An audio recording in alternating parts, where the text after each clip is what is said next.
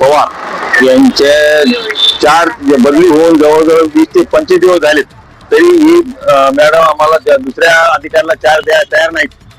तयार मागा गेल तर देणं होणार देणार नाही, मी काय करायचे करा, मला देणं होणार नाही, असं त्यांच्या आरेलाची भाषा होत आहे. तरी मी सरपंच या नात्याने गावामध्ये मला खूप समस्या निर्माण होत आहेत, लोकांच्या तक्रारी येत आहेत, जन्म दाखला मिळत नाही, जवळजवळ त्यांना गावातील नाले वगैरे दुरुस्तीसाठी त्याने काही लक्ष घालत नाही, किंवा यानं आठवड्यातून 1-2 दिवस हजर लावत नाहीत, सजावर येत नाहीत.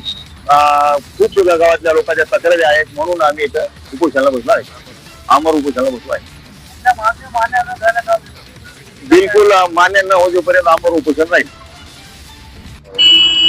आदरणीय सहज विरोध असताना पंचायत समिती कार्यालय ते सहजासहजी भेट देत असताना आमच्या शेजारच्या गावचे दिग्रस येथील भीमराव पाटील सरपंच यांचे आमरण उपोषणाची हे बघितलं, उपोषणाचं स्थळ बघितलं आणि मी शासना थांबत आहे. मी जरी सामाजिक कार्यकर्ता असलो तरी या सर्वसामान्य गोष्टी ज्या की गावातील साफसफाई करणं असेल, सांस्कृतिक योग होत असतील, यासाठी जर ग्राम